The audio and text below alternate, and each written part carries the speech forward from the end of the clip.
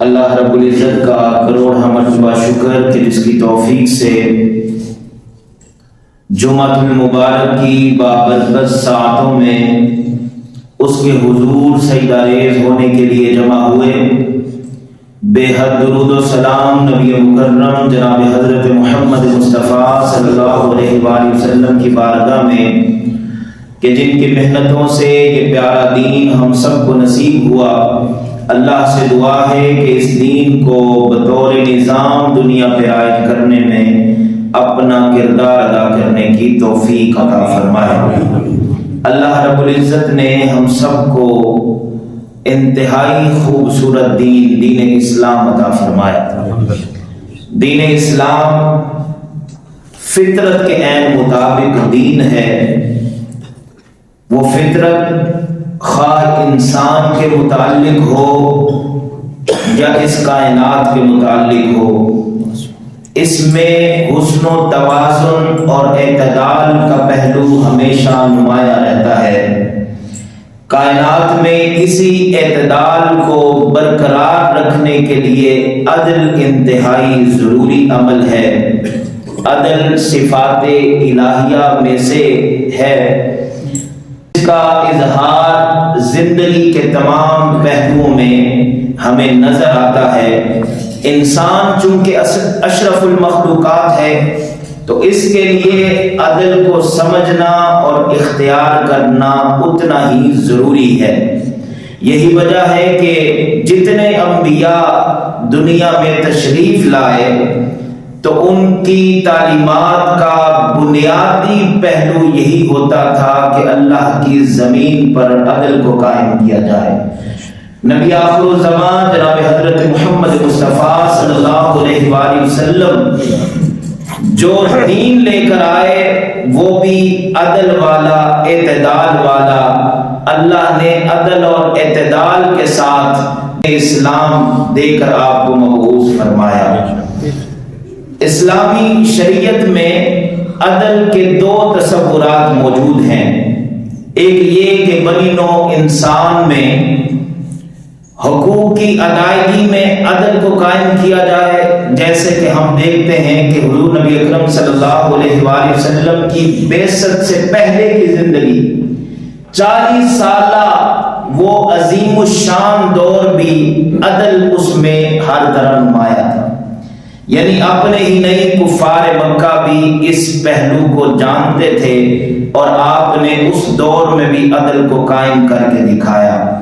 دوسرا یہ کہ ہر ایک کو استحقاق ملنا چاہیے کہ وہ اپنے حقوق کو پوری طرح ادا کرے، جیسے ہر دور میں ہوتا ہے۔ آج کے اس جمہوری دور میں ہر ایک کو حق دیا جاتا ہے کہ وہ ووٹ کے ذریعے اپنا حق کے رائے دی استعمال کرے۔ اب یہی حق دیا جاتا ہے، نتائج پر حق نہیں دیا جاتا۔ صرف حق کس چیز پر ہے کہ آپ ووٹ ڈال دیں۔ قرآن پاک میں اللہ رب العزت نے عدل کو قائم کرنے کا بار بار حکم ارشاد فرمایا۔ عدل معاشرے کے ہر فرد کے لیے بھی ضروری ہے اور ریاست کی ذمہ داری بھی ہے کہ وہ عدل کو قائم کرنے کے لیے سہولت کار بنے، لوگوں کو مواقع میسر کرے۔ عدل کے معنی یہ ہے کہ ہر چیز کو اس کی جگہ پر رکھ دینا عدل کہلاتا ہے۔ عدل اللہ کے ناموں میں سے ہے۔ حق کے ساتھ فیصلہ کرنا یہ عدل کہلاتا ہے۔ شریعت کی روح سے عدل یہ ہے کہ ہر فرد کے قانونی، تمدنی، معاشی، معاشرتی، اخلاقی، سیاسی تمام حقوق جو ایک ریاست کی ذمہ داری ہے یا فرد کی ذمہ داری ہے، وہ ان کو اس یقین کے ساتھ ادا کرے کہ میں نے ایک دن اللہ کی بارگاہ میں پیش ہونا ہے اور وہاں پر جواب دینا ہے۔ اس احساس کے ساتھ اپنی ذمہ داریوں کو پورا کرنے کا نام عدل کہلاتا ہے۔ حاضرین محترم، شروع میں ہی ایک نکتہ میں بتانا چاہتا ہوں کہ عدل کا جب لفظ استعمال ہوتا ہے تو عموماً اردو میں انصاف کا لفظ بھی استعمال ہوتا ہے۔ عدل ایک جامع لفظ ہے انصاف اپنے آپ میں اپنے معنی میں محدود ایک لفظ ہے جس سے عدل کا حق ادا نہیں ہوتا۔ انصاف تنصیف سے ہے، یعنی نصف نصف برابری کے اوپر تقسیم کر دینے کو انصاف کہتے ہیں، حالانکہ عدل اس سے اعلیٰ چیز ہے۔ ہر جگہ انصاف کے ساتھ تقسیم کر دینا عدل نہیں کہلائے گا۔ آپ دیکھیے ہمارے معاشرے میں ہم بچوں میں بعض اوقات جملہ بولتے ہیں، مجھے تو سارے بچے ہی بڑے پیارے ہیں۔ انصاف پر مبنی، محبت پر مبنی یہ بات ہم کہہ دیتے ہیں، لیکن جیسے ہی بچے بڑے ہوتے ہیں ہم ایک جملہ کہتے ہیں کہ یہ میرا بیٹا ہے، یہ میری بیٹی ہے، تھوڑا فرق آنے لگ جاتا ہے۔ وہ جیسے حقوق ان پر ادا کرنے کی باری آتی ہے، اپنی ذمہ داریوں کو پورا کرنے کی باری آتی ہے، تو پھر ہم کتنا فرق ڈالتے ہیں۔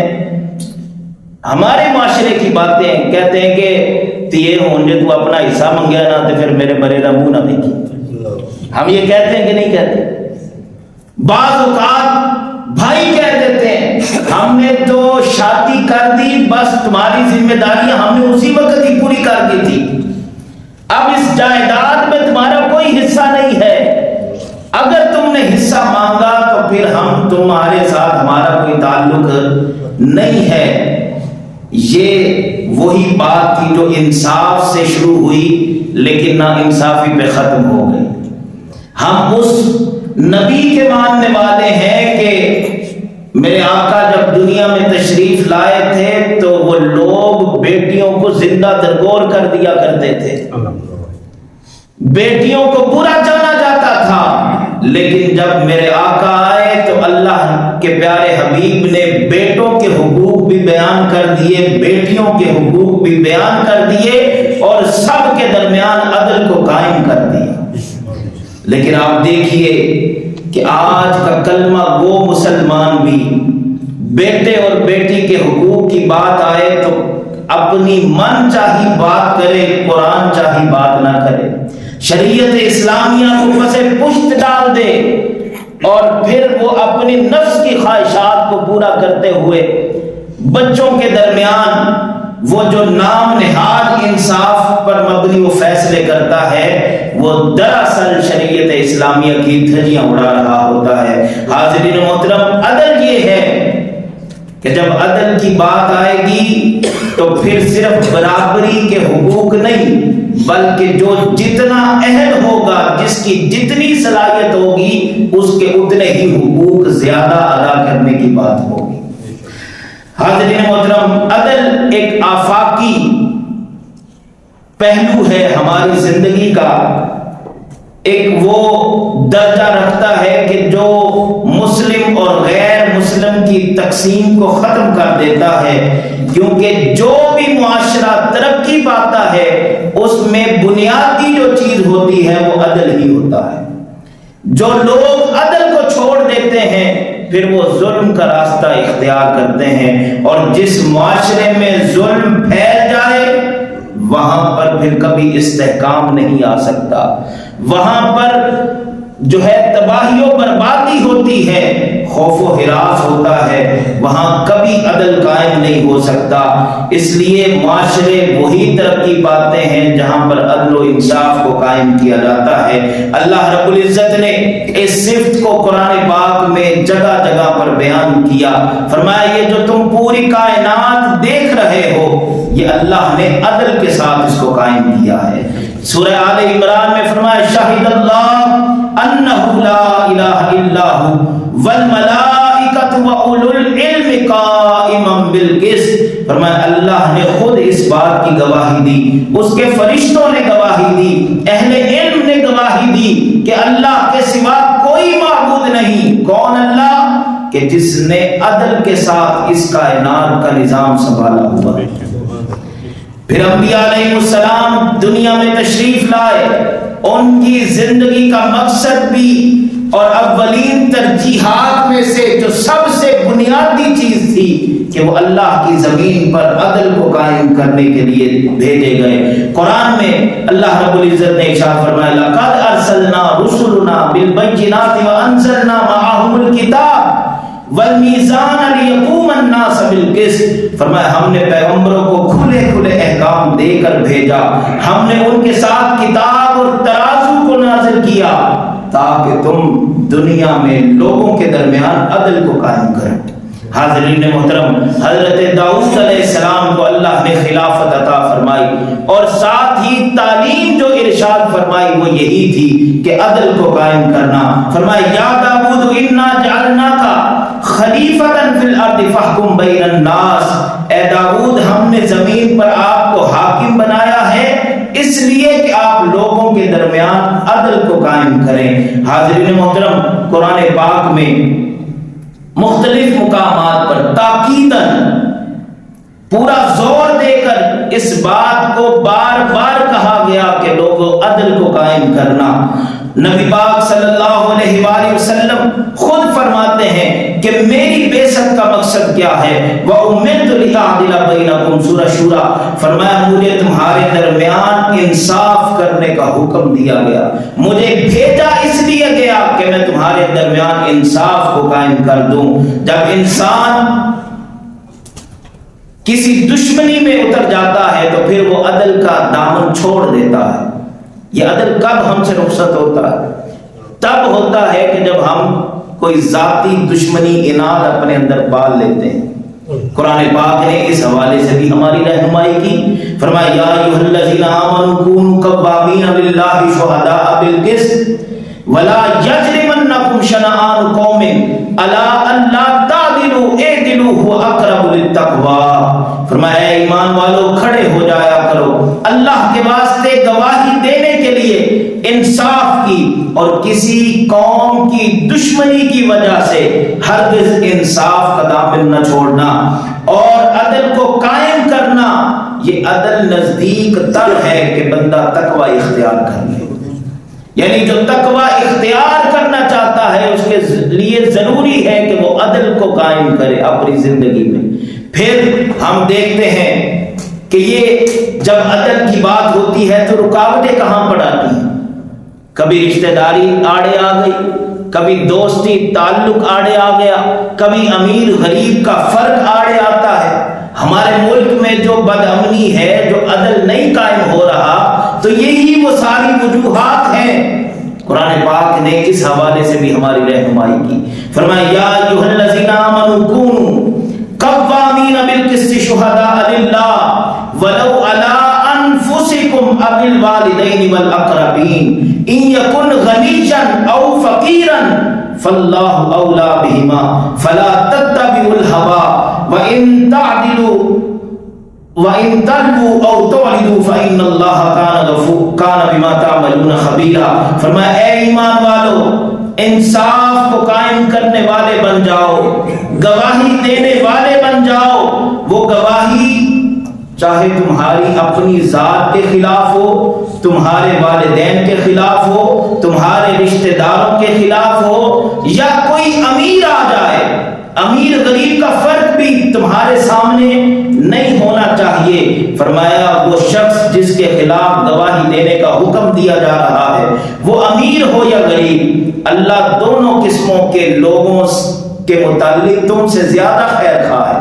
وہ زیادہ جانتا ہے کہ میں نے جو عدل کی کو قائم کرنے کی بات کی ہے تو تم ان رشتہ داری تعلقات سے باہر نکل آؤ اور عدل کو قائم کر لو۔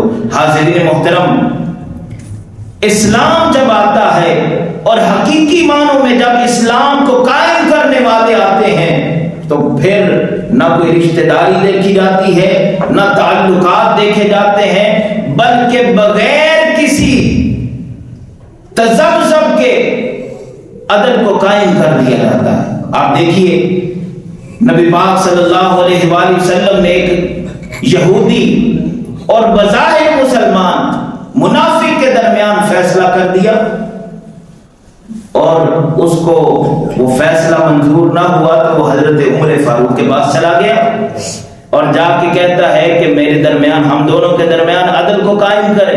یہودی نے کہہ دیا کہ آپ کے نبی نے میرے حق میں فیصلہ کر دیا، تو فرمایا بس پھر ابھی رک جاؤ۔ گئے اندر، تلوار لے کر آئے، اس منافق کی گردن اڑا دی اور فرمایا جس کو میرے آقا کا فیصلہ منظور نہیں اس کا فیصلہ عمر کی تلوار کرے۔ پھر یہ نہیں دیکھا کہ یہ بظاہر مسلمان ہے، اپنا ہے، بچا لیا جائے۔ حاضرین محترم، عدل کو قائم کرنے کے بارے میں اللہ رب العزت نے فرمایا، میں نے جو آیت خطبہ میں پڑھی، فرمایا ان اللہ یأمر بالعدل والاحسان وایتاء ذی القربى وینہی عن الفحشاء والمنکر والبغی یعظکم لعلکم تذکرون۔ قرآن پاک کی ہر آیت ہمارے لیے بہترین رہنمائی اس میں موجود ہے، اس میں کوئی شک نہیں، کیونکہ یہ وہ کتاب ہے کہ جو ہے ہی ہماری ہدایت کے لیے۔ اس میں شک کرنے والا وہ اس کے ایمان میں تو شک ہو سکتا ہے، قرآن میں شک نہیں ہو سکتا۔ لیکن اگر کوئی یہ کہے کہ مجھے کوئی ایک آیت مل جائے، میں اسی کے مطابق بس اپنی ساری زندگی بسر کر دوں، تو میں نے جو مطالعہ کیا ہے میں کہوں گا قرآن کی یہ ایک آیت بندہ لے لے، یہ جو میں نے ابھی پڑھی ہے، تو انسان کی زندگی کے لیے، معیار زندگی کے لیے یہ ایک آیت ہی کافی ہے، جس میں اللہ رب العزت نے ایک مکمل پیکج ہمیں دیا ہے، ایک جامع بات کہہ دی۔ فرمایا اللہ تمہیں حکم دیتا ہے کہ تم عدل کو قائم کرو، انصاف کرو، اور تمہیں رشتہ داروں کے ساتھ، لوگوں کے ساتھ بھلائی کرنے کا حکم دیتا ہے، اور اللہ تمہیں منع کرتا ہے بے حیائی سے، سرکشی سے، اور تمہیں سمجھاتا ہے تاکہ تم یاد رکھو ان باتوں کو۔ حاضرین محترم، یہ ایک مکمل پیکج ہمیں دیا گیا۔ اس کے علاوہ اللہ رب العزت نے کئی مقامات پر ہماری رہنمائی کی، عدل کے حوالے سے، انصاف کے حوالے سے۔ نبی پاک صلی اللہ علیہ وآلہ وسلم نے احادیث مبارکہ میں اسی طرح بڑے ہی خوبصورت انداز میں ہمیں سمجھایا کہ عدل قائم کرنا کتنا ضروری ہے، اور اسلام کے وہ اصول ہمیں بڑی واضح اور آسان لفظوں میں بتائے کہ جب تم عدل قائم کرو گے تو ایک پرامن معاشرہ تشکیل پائے گا، اور وہ لوگ جو عدل کو قائم کرتے ہیں، انصاف کے دامن کو پکڑ لیتے ہیں، ان کا مقام اور مرتبہ دنیا میں کیا ہوگا اور آخرت میں کیا ہوگا۔ اللہ کے پیارے حبیب صلی اللہ علیہ وآلہ وسلم نے ارشاد فرمایا، وہ لوگ جو عدل کو قائم کرتے ہیں، فرمایا ان المقسطین عند اللہ علی منابر من نور عن یمین الرحمن عز وجل۔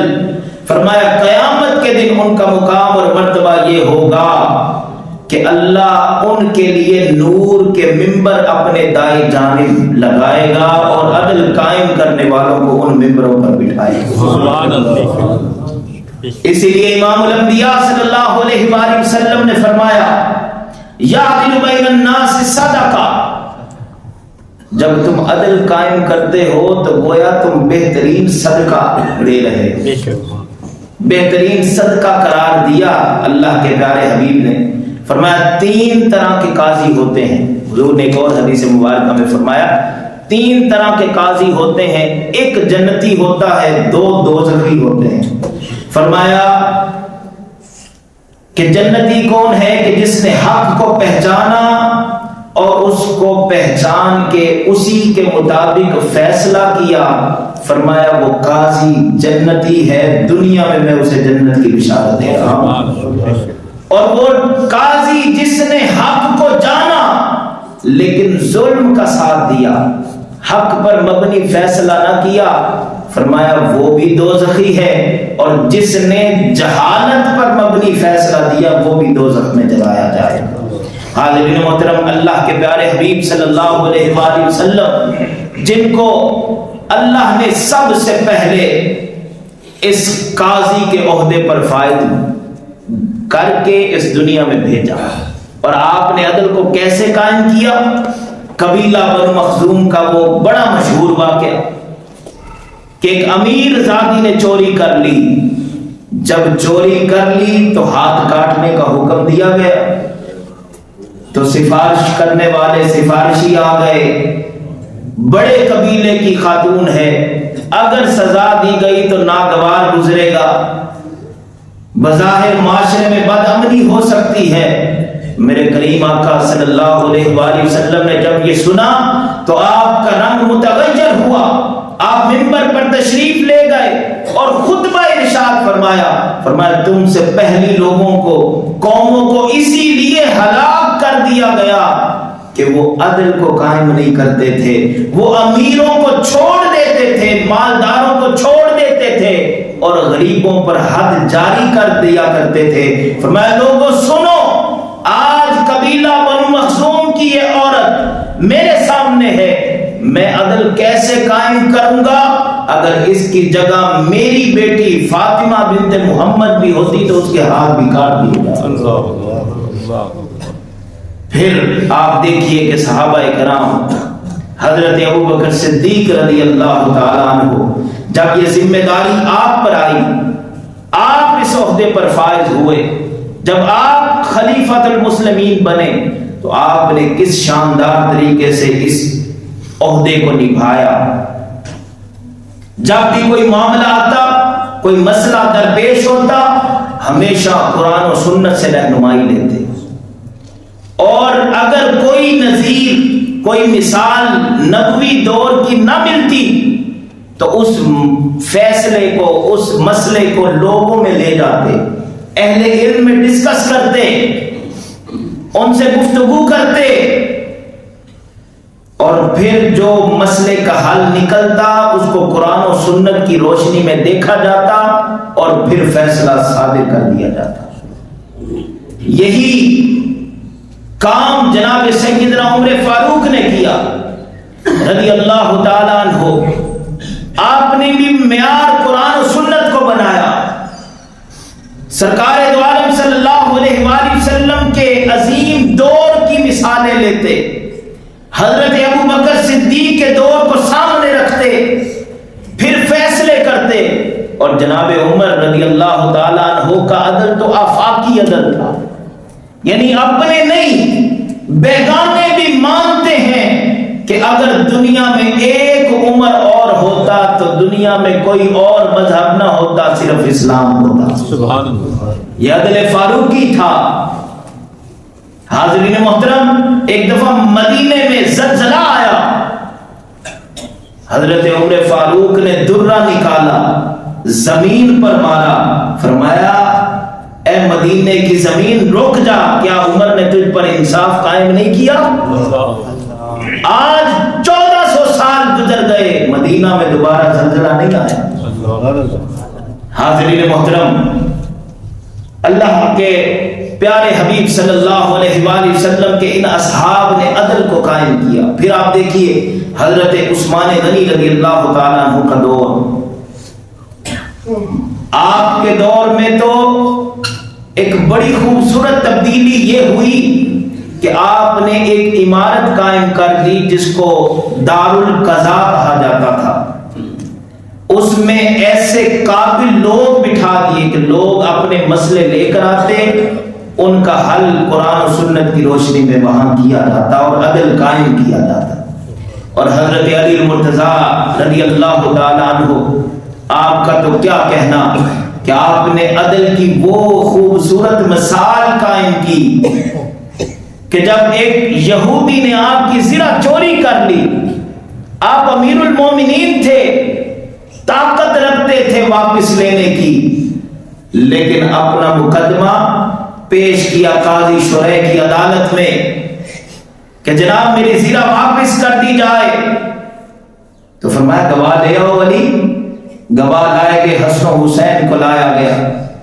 جب لایا گیا تو کہا کہ بیٹوں کی گواہی نہیں مانی جائے گی، تو کہا جی اس کے علاوہ تو میرے پاس کوئی گواہ نہیں ہے، تو زرہ یہودی کو دے دی۔